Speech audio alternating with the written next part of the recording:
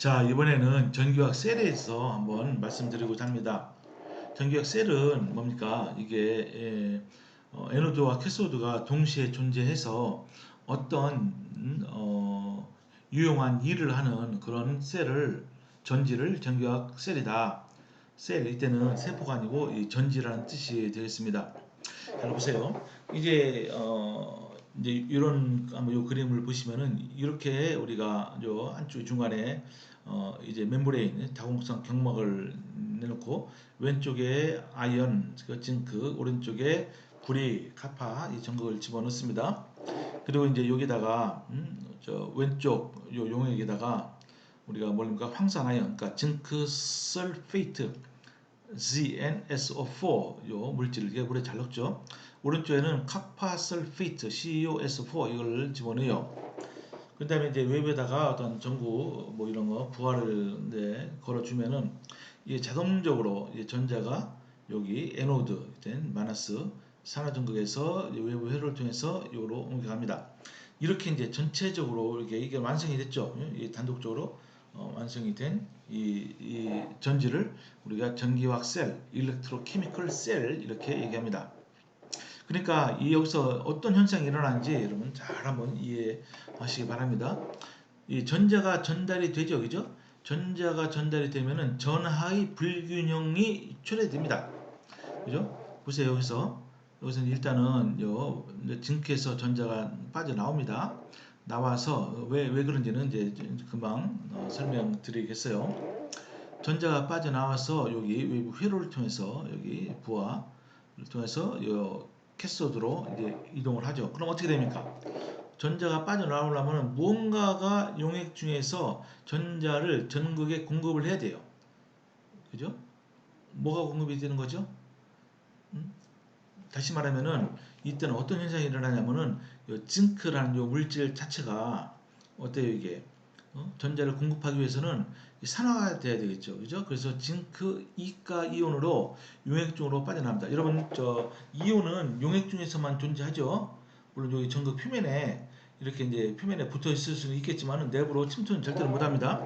그래서 징크가 녹아나면서 이온으로 이제 용액 중에 계속 존재하면서 어떻게 됩니까? 이때 이 전자는 외부 회로를 통해서 이동을 해요. 그죠? 그래서 어떻습니까? 여기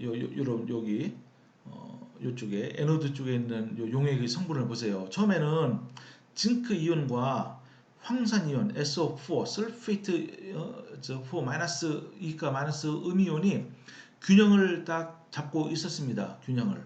그죠? 그러니까 전기적으로 요 부분이 이제 중성인 상태가 됐는데 이 징크가 녹아나면서 전자가 빠지니까 외부로 어때요? 징크 이온이 증가하죠. 그럼 어떻게 됩니까, 여러분요? 여기 그 순간적으로 요 에노드에 있는 요 컴파트먼트에는 징크 이온의 개수가 황산 이온의 개수보다 더 증가하게 됩니다. 그죠? 그럼 어떻게 되죠? 전하의 불균형이 일어나죠. 여러분 한 가지 중요한 점이 이 자연계는 이 전하의 불균형을 대단히 싫어합니다. 그러니까 항상 중성인 조건을 만족시키려고 스스로 노력을 해요. 그러니까 보세요. 징크 이온이 여기 넘쳐나고 황산 이온 개수보다 그러니까 어떻습니까? 자연적으로 징크 이온이 요 다공성 경막을 통해서 오른쪽으로 빠지려고 합니다. 그래야지 이제 전하의 이 불균형이 깨지게 되는 거죠. 그죠? 자, 이렇게 됩니다. 그 반면에 그러면은 여기 캐소드 쪽에서는 어떤 현상이 일어나는가 한번 잘 살펴봅니다. 자, 캐소드 쪽에서는 전자가 이제 와서 전자가 오니까 어떤 반응을 하게 됩니다. 뭐랑 반응을 하게 됐어요? 캐소드에는 황산 구리 용액이 있어요. 그래서 요 구리 이온, 카파 이가 이온이 요 전자를 받아서 어떻게 됩니까? 구리 금속으로 여기에 표면에 달라붙게 되는 겁니다. 즉, 요 반응이 계속 일어나면은 구리의 무게는 점점 증가하고 징크 전극의 무게는 점점 감소하죠. 그죠? 그래서 구리가 이온이 환원돼서 전자를 만나서 그래서 구리 금속으로 됩니다. 그럼 어떻게 됩니까? 구리 이온의 개수는 점점 줄어들어요. 그죠? 처음에는 황산 이온의 개수와 구리 이온의 개수가 똑같았는데 점점점 줄어듭니다. 그럼 어떻게 됩니까? 전하가 불균형이 되죠. 그러니까 황산 이온의 개수가 많으니까 어때요? 이때는 황산 이온이 오른쪽, 즉 캐소딕 컴파트먼트에서 왼쪽 에노딕 컴파트먼트로 이동을 하게 됩니다. 그죠? 이게 이제 굉장히 중요합니다. 그러니까 전기화학 셀에서는 외부 회로를 통해서는 전자가 이동하고 반면에 내부에서는 뭐가 이동합니까? 반드시 이온이 이동하게 돼 있어요. 여기서 이온이 이동합니다. 그죠? 근데 이온이 이동하는 방향을 잘 알아야 됩니다. 여분의 이온이 그 반대 방향으로 이동을 해요. 그래서 전체적으로는 항상 요 왼쪽 에노딕 컴파트먼트 그리고 오른쪽 캐소딕 컴파트먼트의 그 전하가 플러스 마이너스 차지가 동일하게 돼서 항상 제로를 유지하려고 합니다.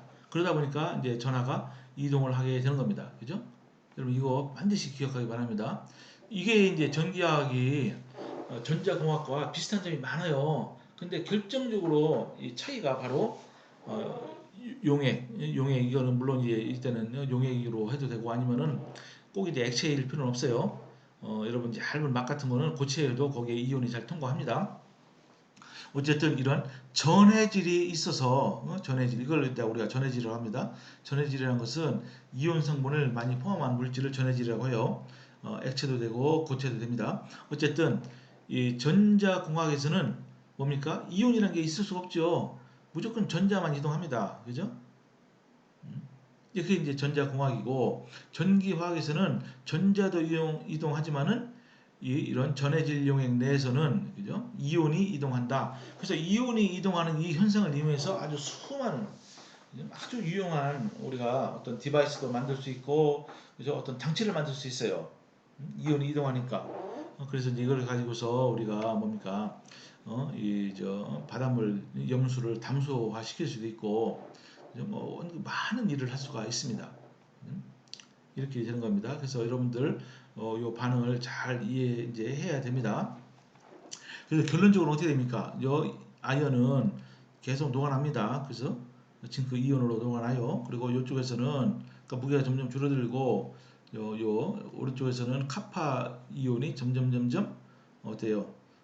전자를 받아서 카파 금속으로 점점 석출이 되는 거죠 표면에. 그러니까 요 카파의 무게는 점점 늘어납니다. 그죠? 이런 현상이 일어나는 거죠. 자, 이게 이제 그 유명한 다니엘 전제예요. 이 다니엘이라는 사람이 이것을 이미 1800년도 초인가요? 이거를 발명을 했습니다. 이렇게 해서 어, 징크와 카파가 있는 한 계속 이렇게 반응이 일어나게 되는 겁니다.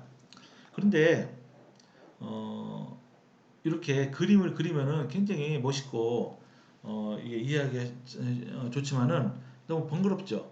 그래서 이것을 라인 노테이션이라고 해서 우리가 이걸 단순하게 쓰는 방법을 전기학자들이 개발을 한 겁니다. 여기 보시면 이렇게 합니다. 이렇게 이제 한 줄로 그냥 쭉 쓰는 겁니다. 문장 쓰듯이 이렇게 쭉 쓰는 거예요. 근데 이제 여기 규칙이 하나가 있습니다. 왼쪽에는 에노드를 쓰게 돼 있고요. 오른쪽에는 캐소드를 쓰게 돼 있어요. 그죠? 그리고 이게 이제 상이 바뀌면 즉 페이즈가 바뀌면은 그 페이즈를 우리가 이렇게 수선으로 이렇게 버티컬 라인으로 표시를 합니다. 잘 보십시오. 여기서 맨 왼쪽부터 쓰게 되어 있습니다. 맨 왼쪽에 뭐가 있죠? 아연 있죠? 아연. 여기 징크. 여기서 괄호치고 S 이건 솔리드라는 뜻이고 이건 고치라는 뜻입니다. 뭐 이게 너무 명백하면 이거 쓸 필요 없어요. 아연 징크가 있고 그 다음에 뭡니까? 여기서 오른쪽으로 왼쪽에서 오른쪽으로 가면서 쓰는 겁니다. 아연이 있고 그 다음에 뭐가 나오죠? 여기 이제 아연이 여기 용액과 접촉하고 있죠. 징크는 솔리드고 용액은 액체이기 때문에 페이지가 달라요. 그러니까 여기다 수선을 하나 긋습니다. 하나를 그어요. 그 다음에 여기 용액 중에 있는 성분을 씁니다. 징크 이온과 설페이트 이온이 있다. 근데 사실은 설페이트 이온은 어떤 전기학 반응에 직접적으로 관여하지 않죠. 이동을 하지만 그래서 많은 경우에 이 설페이트 이온을 이걸 아예 이제 빼버릴 수가 있어요. 근데 일단 여기는 다 한번 써서 쓰는 걸로 한번 생각해 봅니다. 그런 다음에 뭐가 나오죠? 다공성 경막 멤브레인이 나옵니다. 근데 멤브레인은 어떻죠? 여기 왼쪽 에노드 용액과 접촉하고 있는 부분과 캐소드 용액과 접촉하는 이 두 부분으로 돼 있어요. 그러니까 이때는 수선을 하나가 아니고 두 개를 꺼야 돼요. 하나, 둘. 그죠? 여러분 헷갈리면 안 됩니다. 그 수선이 두 개면은 이게 멤브레인이구나 또는 뭐죠? 솔트 브릿지 염다리구나. 여러분 저 일반학 교과서에 보면 나와 있는데 어쨌든 뭐 마찬가지입니다. 원리는 어쨌든 이것은 양쪽에 이 이제 페이지가 두 개가 형성이 되니까 이 수선을 두 개를 이제 쓰고 그 다음에 뭐가 되죠? 카파 설페이트가 있죠, 그죠? 카파 설페이트, 카파 이온, 설페이트 이온 뭐 순서는 상관없어요. 이렇게 쓴 다음에 그 다음에 구리가 나오죠. 이거는 구리는 솔리드이기 때문에 역시 페이지가 달라지죠. 그래서 수선을 하나 긋고 구리 이렇게 됩니다. 그래서 여러분 요거를 딱 보면은요 즉각적으로 요 구조가 여러분들 머리에 떠올라야 되는 거예요. 그죠? 아니면 요 그림을 보고 이렇게 그죠? 쓸 수가 있어야 됩니다. 이거는 몇 번 연습해 보면은 이건 아주 간단하게 쓸 수 있는 겁니다. 전혀 어려울 게 없어요.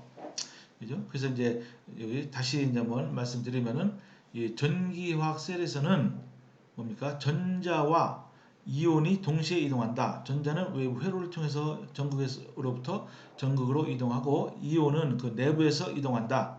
하나의 이온만 일방적으로 이동하는 것이 아니고 플러스 이온과 양이온과 음이온이 동시에 이동한다. 그 이동하는 방향을 여러분들이 잘 주의해서 봐야 됩니다. 항상 그 뭡니까? 원리는 전기적 중성의 조건을 만족시키기 위해서 이동한다. 이겁니다. 자, 그러면 이제 이온과 전자 이동을 여러분 이제 살펴봤어요. 그 다음에 이제 전극 전위에 대해서 한번 살펴봅니다. 그리고 기준 전극이 뭐냐? 그죠? 전극 전위가 뭡니까? 예를 들어 여기 보세요. 이거 요 전극의 전위가 있을 거 아니에요? 예를 들어서 이렇게 놓고서 여기다가 어떤 부하를 거는 대신에 여기에 볼트미터를 이제 갖다 대요. 그러면은 이 전압이 차이가 나올 거 아닙니까? 그죠? 즉, 요 캐소드와 에노드의 전압 차이가 이게 이제 여기에 나올 거 아니에요? 그게 한 1.1V 정도 됩니다. 단일 전지는 요 표준 상태에서 그죠? 요 전압 차이. 그럼 여러분들이 이렇게 할 거예요. 이 전압 차이는 요 카파 구리가 이 상태에서 이제 발생시키는 전압과 요 아이온이 이 상태에서 아이온이 발생시키는 전압 차이구나. 그죠? 당연하죠, 그죠? 그러면 이제 여러분 또 한 질문이 그럼 구리 전극의 전압은 몇 볼트고 아이온 전극의 전압은 몇 볼트인가? 그죠? 이제 그런 의문이 생길 거죠. 이제 그것이 바로 전극 전위가 됩니다. 그런데 애석하게도 전기 화학에서는 말이죠. 절대 전위라는 건 존재하지 않습니다. 그죠? 절대 전위, 즉 absolute potential을 측정한 것은 불가능합니다. 항상 두 개의 전극 사이에 전압 차이만 측정할 뿐이지 이 절대적인 전극, 카파 여기 전극의 절대적인 전극의 전위가 얼마냐? 아이온의 전극의 절대 전위가 얼마냐? 이거는 측정 못해요. 항상 차이만 잽니다. 그죠? 여러분 그것을 여러분 인식을 해야 됩니다. 앱솔루트 포텐셜은 측정하는 것이 불가능하다. 두 전극 즉 산화전극과 환원전극 사이의 전위차를 측정할 뿐이다. 그럼 어떡합니까? 그러면은 이거 참 어렵네. 근데 한 가지 전기학자들은 한 가지 방법을 생각해냈어요. 그러니까 무엇을 하나를 절대적인 전극의 전위는 측정 못하지만은 어떤 하나의 이 반쪽 반응을 그 전위를 0볼트로 일단은 정의를 한 다음에 그거에 상대적으로 다른 모든 그죠? 이 반응의 전위를 계산하거나 측정하면 되지 않겠느냐? 그런 방법을 고안낸 겁니다. 그죠? 굉장히 합리적이죠. 그래서 어떻게 합니까? 따라서 어떤 반쪽 반응의 전위 어떤 그것을 0볼트로 정의한 후 다른 반쪽 반응의 전위를 측정하거나 이론적으로 계산해서 우리가 리스트를 만들 수 있는 겁니다. 그죠? 그렇지 않으면 할 수 없으니까. 그래서 그럼 어떤 반응의 전위를 0볼트로 우리가 생각했느냐? 많은 사람들이 아주 간단한 반응. 그 중에 가장 간단한 반응이 뭐죠? 양성자가 전자를 하나를 받아서 수소 기체가 되는 반응. 요 반응이 있어요. 요 반응. 이것을 0볼트로 정의한 겁니다. 단 조건이 표준 상태일 때, 즉 뭡니까? 이게 요 프로톤의 농도가 1몰라일 때. 근데 정확히 얘기하면은 액티비티예요. 액티비티. 농도 액티비티는 사실은 비슷한 개념이긴 해도 여러분 액티비티와 농도는 약간 다릅니다. 액티비티는 농도에다가 그 뭐를 곱한 거냐면은 액티비티 코에피션트를 곱한 겁니다.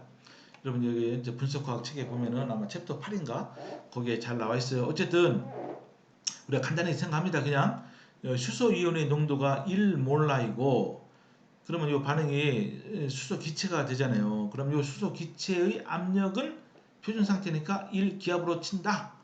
이겁니다. 이런 상태에서 이 전극의 전위를 0볼트로 정의한 거예요. 0볼트. 그죠? 0볼트. 이때는 온도는 상관없어요. 온도는 어떤 온도로 상관없습니다. 그죠? 이런 상태에서 이것을 0볼트로 정의한 겁니다. 그런 다음에 수많은 반응이 있잖아요. 여기 예를 들어서 여기 보세요. 여기 이 구리가 여기 이온이 전자를 받아서 구리로 되는 것 그러면은 요 반응에 대해서 이것을 우리가 측정하거나 계산할 수가 있습니다. 그래서 요것에 대한 이제로 값을 우리가 구할 수가 있죠. 마찬가지로 여기 징크가 이때 산화 형태로 됐는데 어쨌든 이게 징크와 징크 이온이 이렇게 반응해서 저 전자가 나온다. 이 반응도 우리가 전극 전위를 측정할 수가 있죠. 그죠? 이제 그런 식으로 해서 쭉 리스트를 우리가 할 수가 있는 겁니다. 그죠? 그래서 요 반응, 그죠?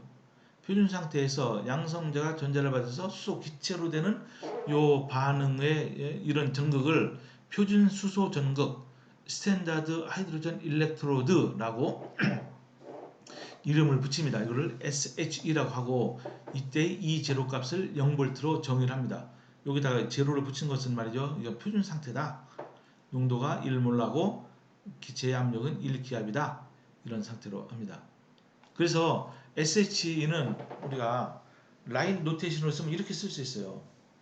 이 반응은 이온과 기체가 있기 때문에 여기서 전극의 이것의 전위를 우리가 뽑아내기 위해서는 인위적으로 어떠한 전극을 집어넣어야 됩니다. 단 조건이 있어요. 그 전극은 반응을 하면 안 되죠. 단 이 반응이 일어나기 위한 장소를 제공하는 역할만 해야 됩니다. 그래서 주로 어떤 그 물질을 쓰냐면은 요 백금을 씁니다. 백금, 그죠? 요 백금을 쓰고 여기다가 용액이 이렇게 이제 접촉해 있어요. 여기 백금에 여기는 가스가 있기 때문에 가스를 이제 쭉 불어 넣어줍니다. 수소 가스를 이제 불어 넣어줘요. 그러니까 1기압의 수소 기체를 불어 넣어주고 그리고 뭡니까? 이거는 고체, 이거는 기체, 그리고 또 용액이 있죠, 용액. 용액은 또 페이지가 다르죠. 저 페이지 바운드를 하나 집어넣고 여기 프로톤을 씁니다. 이게 그 다음에 이것은 1몰라다 이렇게 그죠? 그래서 SH를 우리가 라인 노테이션을 쓸 때는 이런 식으로 쓰는 겁니다. 이런 식으로 그죠? 즉 백금을 통해 다른 전극과 연결할 수 있다 이겁니다. 그러니까 예를 들어서 여기에 징크 대신에 우리가 요 표준 수소 전극 요 반응을 쓰기 위해서는 여기다가 백금을 징크 대신에 백금을 집어넣고 용액 중에다가 뭘 집어넣습니까? 프로톤의 농도가 1몰라가 되도록 하고요. 요 수소 기체가 있어야 되기 때문에 외부에 수소 탱크를 갖다 넣은 다음에 거기서 우리가 이거 탱크를 열어서 수소 기체를 여기 백금 표면에다가 쭉 이렇게 불어 넣어주면은 그게 바로 표준 수소 전극이 되는 겁니다. 그죠? 그런 다음에 이렇게 연결하면은 여기 카파랑 연결하면은 카파 그런 다음에 요 전위체를 재요. 그러면 카파의 이 전위가 나오죠. 왜냐하면 이것을 이미 제로볼트로 이미 표준 수전극을 제로볼트로 우리가 정의했기 때문에 여기서 얻어지는 전위차는 오로지 카파 전극의 요 반응에 전위가 되는 겁니다. 그죠? 그죠? 그때의 전위가 되는 거예요. 그래서 먼저 다음 이것부터 한번 보여드리면은요 이렇게 되는 거예요. 그래서 수많은 이런 반쪽 반응에 대해서 이렇게 이제 이제로 값을 쭉 사람들이 구해 놓거나 아니면 측정을 했습니다. 자 보십시오. 여기까지 여러분들 뭐 이해 가능하죠? 자 그런데 여러분들이 나중에 이제 생물 전기학 이제 본격적으로 이제 제 뭐 연구뿐만 아니고 이제 이론 제가 이제 그 소개해 드릴 때 이제 물리학이랑 우리가 연결을 시킬 수가 있습니다. 근데 SHE 그죠? 표준 수소 전극은 이것은 0볼트로 우리가 정의했지만은 우리가 이것을 물리하는 사람들은요. 이 저 진공을 0볼트로 0 일렉트론 볼트로 얘기를 해요. 그죠? 그래서 이제 이거를 우리가 진공에 대해서 측정을 못 합니다. 절대로. 그죠? 절대적인 측정을 못 하죠. 그렇지만 계산을 할 수 있습니다.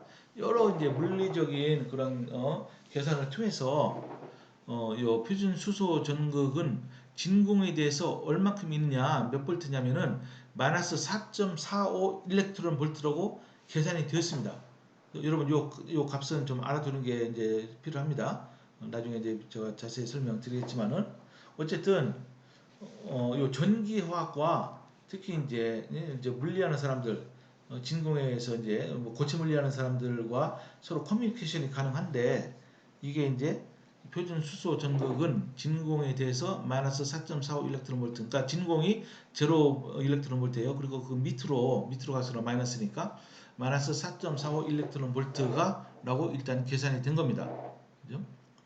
참고로 물리에서는 즉 고체 물리 주로 고체 물리에서는 진공의 에너지를 제로 일렉트론 볼트로 정의를 한 겁니다. 그죠? 일단 여러분들 요거 지금 당장 이해하기가 여러분 어렵다 할지라도 일단은 요거를 좀 일단은 좀 받아들이면 되겠습니다. 그래서 기준 전극은 뭐냐? 기준이 되는 전극이에요. 여기 잘 보시면 말이죠. 여기 이런 표준 수소 전극 SH는 요것은 이 상태에서는 항상 0볼트죠. 그죠? 그래서 이제 이런 SH는 기준 전극이 될 수 있는 겁니다. 여기부터 많은 이 저기 전극이 전극 반응이 기준 전극으로 될 수 있는 거예요. 그 중에 대표적인 것을 여기다 표로 다 적어놨습니다. 잘 보시죠. 이게 이제 SH이고 E0 값은 0볼트로 이렇게 정의가 됐잖아요. 반면에 실버 클로라이드라는 고체가 있어요. 이게 이제 전자를 받으면은 이 고체가 되고 이때 클로라이드 이온이 이때 생성이 됩니다. 그죠? 이때 클로라이드 이온의 농도가 1몰라일 때 이때의 전극의 전위가 0.222V예요. 이것도 안 바뀝니다. 클로라이드 이온의 농도가 딱 정해져 있으면 바뀌지 않아요. 또 이제 칼로멜 전극이라고 있습니다. 여기 보세요. 여기요. Ag2Cl2라는 이 하얀 가루예요. 이 가루가 있고 여기 수은이 있습니다. 수은. 요 반응이 일어납니다. 요 물질이 전자 두 개를 받아서 두 개의 수은 요 원자와 또 두 개의 클로라이드 이온이 됩니다. 이때 클로라이드 이온이 그죠? 이온이 농도가 딱 정해져 있으면은 표준 상태에서는 0.280V가 됩니다.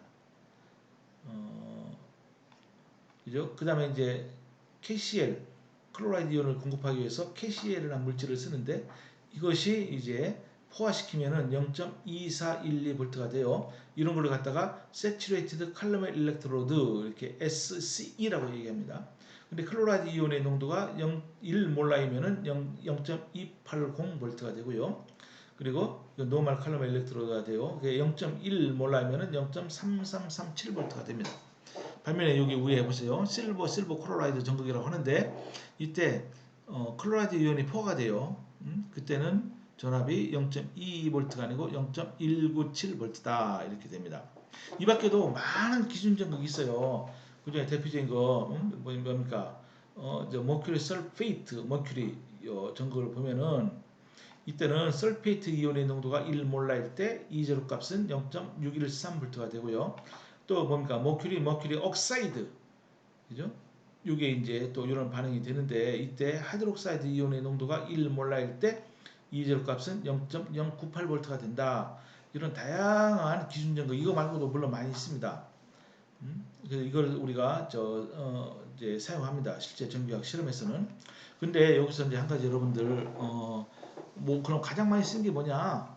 이겁니다. 이거 실버 클로라이드 이것과 칼로멜 전극 이것을 가장 많이 써요. 그죠? 요 반응을 하는 요 전극을 사람들이요 하나의 이제 아주 뭡니까 전극으로 만들어 팔아요.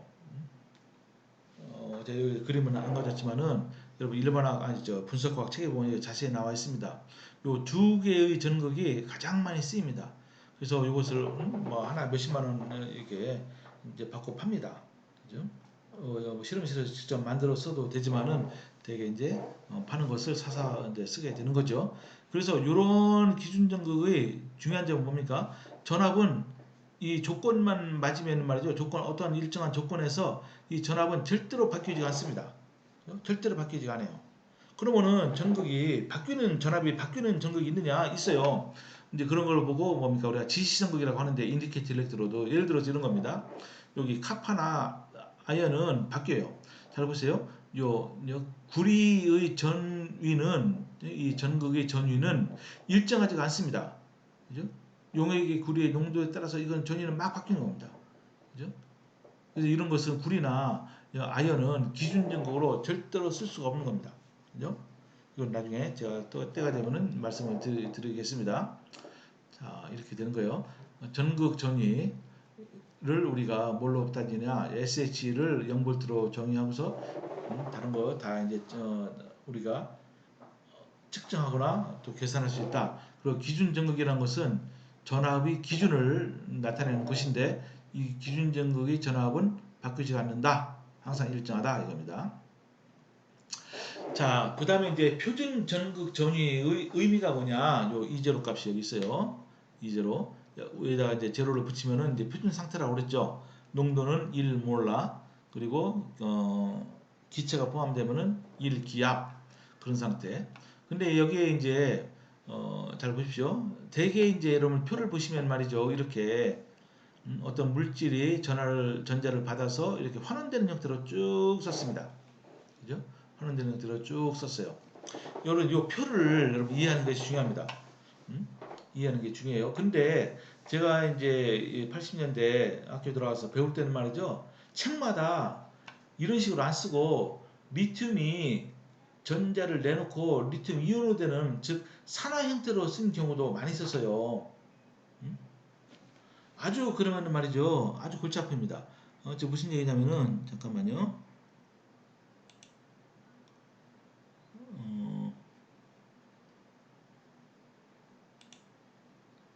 무슨 얘기냐 이런 겁니다.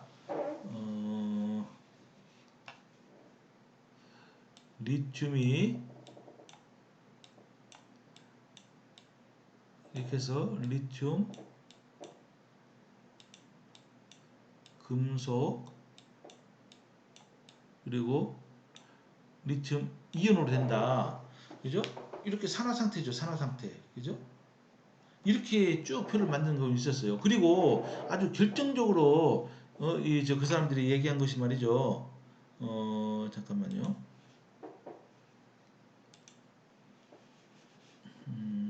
화살표를 찾아야 되는데 이건가? 아이고. 여기 잠깐만요. 요 전압을 마이너스 3.04V가 아니고 플러스로다가 이렇게 표시했어요. 플러스로 이것을 플러스로. 그러면 그랬기 때문에 이 전기학이 매우 매우 헷갈렸고 너무너무 사람들이 어려워했습니다. 근데 여러분 여기 잘 보세요. 요 IUPAC이라는 데서 이 권고한 것을 따르도록 합니다. IUPAC에서는 어떻게 공개했느냐? 그런 엄청난 혼란이 이제 야기됐기 때문에 모든 반쪽 반응 있잖아요. 우리가 전기학 반응 다 반쪽 반응으로 나눠 쓸 수가 있다고 그랬잖아요. 그래서 모든 반쪽 반응을 전부 다가 이렇게 환원 형태로 쓴다. 환원 형태. 여기 보세요. 여기 반응이 있으면 왼쪽은 전부 다 이 전자가 있잖아요. 이렇게. 그죠? 여기도 전자가 있고 쭉 전부 다 환원 형태로 쓴다. 그런 다음에 거기에 해당하는 이제로 값을 다 이렇게 열거한다. 이제 그렇게 일단 결정을 했습니다. 그죠? 그런데 어떻게 하느냐? 이것이 산화가 되고 환원이 되는 게 된다고 해서 요 전압값이 말이죠. 요 전압값이 절대로 바뀌지 않는다는 거예요. 잠깐만요. 요 값이 어떤 식으로 써도 이렇게 환원 형태로 쓰던 산화 형태로 쓰던 이것은 이지로 값은 마이너스 3.04V지. 이게 어떨 때는 마이너스 3.3V, 어떨 때는 플러스 3V가 되는 것이 결코 아니다. 그죠? 이제 그것을 이제 여러분들이 확실히 이제 알아야 됩니다. 그죠? 무슨 말인지 알겠어요? 그런 식으로 하는 겁니다. 이런 식으로. 이런 식으로 다 환원 형태로 쓰고 거기에 해당하는 이재료 값을 쭉 열고 있다. 근데 우리가 이 표를 해석하는데 아주 이제 여러분들을 주의를 해야 됩니다. 잘 보십시오. 이게 보시면은 어떤 식으로다가 이 신호식 교수는 열고 했냐면은 여기 이재료 값이 굉장히 마이너스로 된 것부터 쭉 이제 플러스로 되는 것까지 이렇게 쭉 열고 했어요. 그죠? 이렇게 이 표가 있습니다. 그래서 이 표를 정확히 해석하는 것이 매우 중요합니다. 이재료 값이 이렇게 쭉 플러스로 커지는 순서로 배열됐잖아요. 근데 많은 교과서는 말이죠. 이거를 정반대로 했어요. 이것이 이제 이재료 값이 플러스로 큰 것으로부터 쭉 마이너스로. 그러니까 이제 많은 교과서는 요 플로린 가스가 전자를 받아서 플로라이드로 되는 요 반응을 맨 앞에다 집어넣고 그 다음에는 여기 예를 들어서 금 플러스 일가이온이 이제 전자를 받아서 금 원자로 되는 거 이런 식으로 쫙 이야기했는데 여기서는 어쨌든 그 반대로 했습니다. 뭐 상관없어요. 근데 여기서 이걸 어떻게 해석하느냐? 여기서 보는 이재료 값이 말이죠. 점점점 이게 굉장히 작을수록 뭡니까? 작을수록 요 물질의 이것이 환원력이 커진다. 그죠? 이것이 이제 뭡니까? 작을수록 오른쪽에 있는 물질의 산화 경향, 즉 환원력이 커진다. 그 가장 강한 환원제다. 그죠? 그래서 이 표에서 이렇게 질문할 수 있어요. 가장 강력한 산화제는 뭐고 가장 강력한 환원제는 뭐냐? 또는 가장 약한 산화제는 뭐고 가장 강한 산화제는 약한 환원제는 뭐냐? 그죠? 뭡니까? 여기 보면은 요 리튬이 말이죠. 요 리튬이 요게 이제 이게 마이너스 가장 크니까 이것이 가장 강한 환원제예요. 그 다음에 두 번째로 강한 환원제가 포타슘이 됩니다. 포타슘. 그 다음에 소듐, 알루미늄, 징크 이렇게 되는 거예요. 그러니까 이 표에서 오른쪽에 있는 이 물질들은요. 그죠? 잠깐만요. 제가 여기서 다시 한번 써보도록 합니다.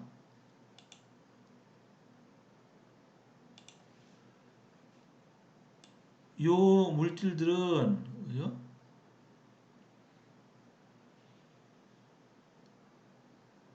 뭡니까? 모두 이거는 환원제예요. 환원제. 리듀싱 에이전트가 되는 겁니다. 반면에 요 왼쪽에 있는 요 물질들은 여기 있는 물질들은 전부 다 산화제예요. 옥시다이징 에이전트 이렇게 되는 겁니다. 그죠? 그러니까 어때요? 여기 오른쪽에 있는 요 리튬은 가장 강한 환원제예요. 그거 뭡니까? 가장 강한 환원제니까 다른 물질을 환원시키고 자기 자신은 산화가 된다 이겁니다. 그죠? 그러니까 이온화 경향이 리튬이 가장 크고 그 다음에 포타슘이고 소듐이고 이렇게 되는 겁니다. 그죠? 그럼 어떻게 돼요? 가장 약한 환원제는 뭐죠? 오른쪽에 있는 건 무조건 환원제. 그러니까 가장 약한 환원제는 바로 요 플로라이드 이온 요게 가장 약한 환원제가 됩니다. 마찬가지 논리로 왼쪽에 있는 것은 무조건 전부 다가 산화제니까 가장 강한 산화제는 뭡니까? 바로 이겁니다. 요거 불소 기체가 가장 강한 산화제입니다. 다른 말로 하면은 여기 이질 것이 가장 큰 것일수록 요 왼쪽에 있는 요 물질이 가장 강한 산화제가 되고 밑으로 이제 위로 올라갈수록 산화력이 점점 약해져서 요 리튬 어딨죠? 요 리튬 이온은 가장 약한 산화제예요. 그죠? 리튬 금속이 가장 강한 환원제라고 해서 리튬 이온이 가장 약한 환원제가 아닙니다. 이건 절대로 환원제가 될 수 없어요. 산화제예요, 산화제. 근데 가장 약한 산화제가 되는 겁니다. 그죠? 여러분 요거 여기다 제가 자세히 여기다 여러분 혹시 헷갈리면 모르니까 여기다 자세하게 제가 적어놨어요. 그죠? 예. 그러니까 어떻습니까, 여러분요? 이 표로부터 알 수 있는 것이 잘 보세요. 화살표를 다시 한번 보도록 합니다. 이게 제가 익숙하지 못, 죄송합니다. 익숙하지 못해가지고서, 잠깐만요.